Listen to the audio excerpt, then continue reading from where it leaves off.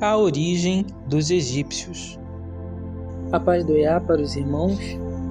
Nesse vídeo vamos ver sobre a nação dos egípcios, se ela é abençoada ou amaldiçoada, e qual seria a linhagem dos egípcios. Vamos começar aqui em Gênesis 18, versículo 18, que fala do caso de Abarã, visto que Abarã certamente virá a ser uma grande e poderosa nação, e por meio dele serão benditas todas as nações da terra. Gênesis 22, versículo 18, fala o seguinte: e em tua descendência serão benditas todas as nações da terra, porquanto obedeceste à minha voz. Ele falando para Abarã. Então o que acontece, meus irmãos? Quando Abarã saiu de Ur dos Caldeus, o Criador falou para ele ir para a terra prometida. Mas Abarã estabeleceu certas regras, porque o Criador já tinha falado sobre ele com relação a isso. Uma das regras ele colocou para o seu filho, e assim como para ele também. E uma dessas regras era que a esposa e a sua descendência deveria vir da sua parentela. Ele pediu ao seu servo para que buscasse uma esposa para o seu filho. 24, versículo 3. Para que eu te faça jurar pelo Iaú, Alaim dos céus e da terra, que não tomarás para meu filho mulher dentre as filhas dos cananeus, no meio dos quais eu habito. Ora, ele não queria mulher dos cananeus, porque são descendência de Cã. Mas que irás à minha terra e à minha parentela, e dali tomarás mulher para meu filho Isaque. Então, uma das regras que o Criador tinha estabelecido para ele, para que a sua linhagem continuasse a ser pura e guardasse os preceitos do Criador e assim fosse bem, era porque ele poderia buscar uma mulher da sua parentela, da descendência boa. Mas quando nós vemos o caso de Abarã, ele estava com Sara, e Sara certamente era de sua parentela. Mas e Agar? Agar era uma egípcia, e Abarã teve filhos com Agar. Mas sabemos que o homem não é perfeito. Ele podia muito bem ter burlado essa regra, como eu creio que ele fez com Setura, que anos mais tarde ele casou com uma mulher que não era da parentela, que era Setura. Mas será que ele quebraria essa regra? Ele quebrou essa regra com Agar? Aqui vemos em Gênesis 21, versículo 15: e consumida a água do odre, Agar deitou-se o menino debaixo de um arbusto, e foi assentar-se em frente a boa distância, como de um tiro de arco, porque dizia: que não veja eu morrer o menino. Assim, sentada em frente dele, levantou a sua voz e chorou. Mas Iaú ouviu a voz do menino, e o malaque do Iá, brandando a Agar desde os céus, disse-lhe: que tens, Agar? Não temas, porque Iaú ouviu a voz do menino desde o lugar onde está. Ergue-te, te levanta o menino e toma-o pela mão, porque dele farei uma grande nação. E abriu Iaú os olhos, e ela viu um poço, e foi encher de água o odre, e deu de beber ao menino. Iaú estava com o menino, que cresceu, morando no deserto, e tornou-se flecheiro. Ele habitou no deserto de Parã, e sua mãe tomou-lhe uma mulher da terra do Egito. Então você vê que a partir de Agar, não Abarã, mas o próprio malaque enviado do Iá, disse que faria daquele menino uma grande nação, como ele já tinha falado para o seu pai, que todas as nações seriam benditas em nome de Abarã. Por quê? Porque ele guardaria os preceitos do Criador. Então vemos aqui com certeza que Agar, ela guardava esses dois quesitos. Ela era uma mulher da parentela, porque como a própria palavra fala, ele não buscou uma mulher fora da sua parentela. Para o seu filho, ele buscaria uma mulher fora da sua parentela para ele mesmo? Então, a partir desse momento, entendemos o quê? Que Agar fazia parte da parentela, de uma descendência pura diante do Criador.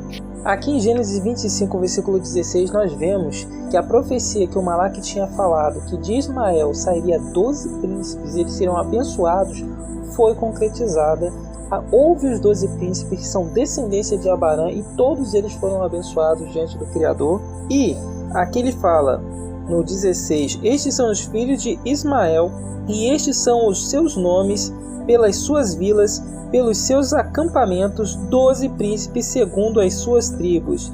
Então a promessa que ele fez a Agar se concretizou e ele foi abençoado no nome do Eterno. Vemos um outro exemplo aqui em Gênesis 41, versículo 45, falando sobre José, que é Iasa. Faraó, que significa casa grande, chamou a José Zavenate Paneia e deu-lhe por mulher Asenate, filha de Potifar, sacerdote de On. Depois saiu Iasa por toda a terra do Egito. Ora, Iasa era da idade de 30 anos quando se apresentou a Faraó, rei do Egito. E saiu Iasa da presença de Faraó e passou por toda a terra do Egito. Então aqui nós vemos que o Faraó deu uma esposa egípcia a Iasa e ele foi abençoado e ele teve um filho. E aqui no capítulo 51 ele fala: e chamou Iasa ao primogênito de Manassés, porque disse: Yahu me fez esquecer de todo o meu trabalho e de toda a casa de meu pai. Então ele foi abençoado, teve um filho, depois ele teve um outro filho, e o Criador abençoou esses filhos que foram tidos com Asenate, filha do sacerdote de On, que era uma egípcia. Vamos ver um pouco mais sobre o significado de bênção e maldição, que não tem só a ver com a parte carnal, tem a ver mais com a parte celestial, né? O importante é se você guarda e você ama o Criador de todo o seu coração.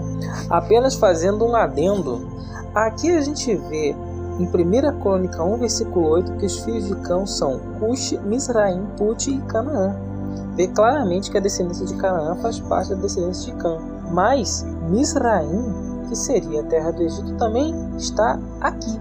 Isso não significa que Mizraim, que significa Egito, veio de Cã. Como eu falei, existem vários nomes que são muito parecidos. Porque se fosse assim, o Criador não teria abençoado todos os filhos que eu acabei de citar anteriormente. No caso de José, a gente vê o que aconteceu em Gênesis 37, versículo 25. Depois de sentarem-se para comer, e levantando os olhos, viram uma caravana de ismaelitas que vinha de Gileade. Nos seus camelos traziam tracaganto, bálsamo e mirra, que iam levar ao Egito. E disse Yaudá a seus irmãos: de que nos aproveita matar nosso irmão e encobrir seu sangue?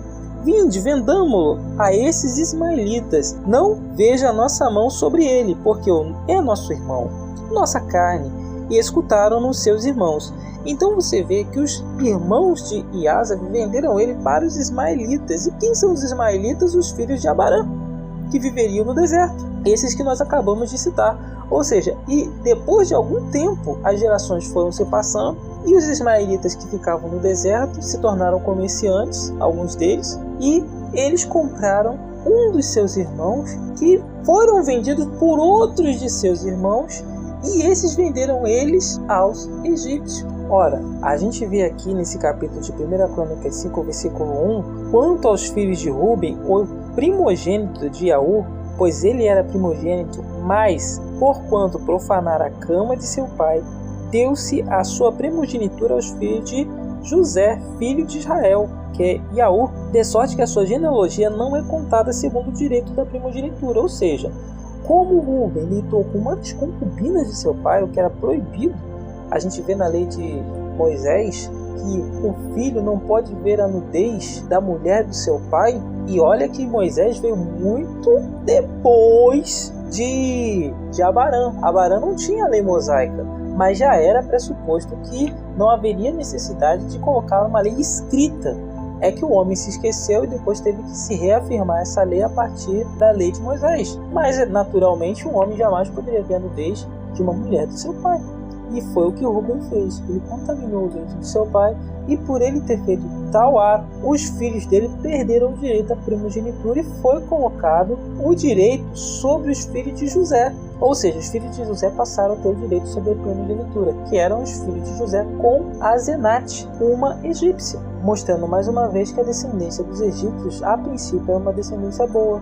Nós vemos aqui em Gênesis 25, versículo 18, o que aconteceu no final da vida de Ismael. Estes são os anos da vida de Ismael, 137 anos, e ele expirou, e, morrendo, foi congregado ao seu povo. Eles então habitaram desde Ávila até Sur, que está em frente do Egito, como quem vai em direção à Síria. Assim, Ismael se estabeleceu diante da face de todos os seus irmãos. Ou seja, o que ele está dizendo aqui é que ele ficou na frente do Egito, ele foi sepultado na frente do Egito, e que ele estava diante de todos os seus irmãos, tanto os irmãos por parte de Sem, quanto outros irmãos. Se nós formos buscar lá atrás, quando saiu Naum, que é Noé, da sua arca, ele tinha 2 filhos, na verdade 3, que era Sem, Cã e Jafé. Cã, ele formou Canaã. De Sem vieram os semitas, que vieram da descendência de Abarã, que saiu de Ur dos Caldeus. Mas lendo uma parte que foi a bênção do pai Noé, que é Naum, para os seus filhos, ele falou que as tendas de Sem ficariam juntos a Jafé, e eles habitariam juntos.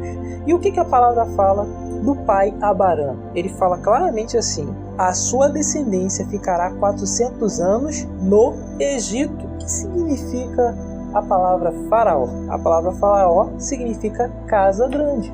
Ou seja, as tendas dos semitas ficariam na casa dos egípcios. Ou seja, dá-se a entender que, como eles eram irmãos, como a própria palavra fala, e que Abarã casou, sempre esteve junto à sua parentela e casava com pessoas da sua parentela, com certeza os egípcios faziam parte dessa parentela. Mas de que braço pertenciam? Muito provavelmente eles pertenciam ao braço de Jafé. Porque, como a palavra faraó significa casa grande, a maioria das pessoas, dos personagens que nós temos visto, eles se casaram com mulheres o quê? Egípcias. E eles foram muito abençoados, não apenas por Abraão, mas pelo próprio Criador, que enviou seu malaque para dar a bênção, e a bênção gerou frutos. Tanto é que foram 12 príncipes de Ismael. Então nós vemos aqui que, sim, eles eram um só povo, eles tinham a mesma língua, eles tinham a mesma descendência.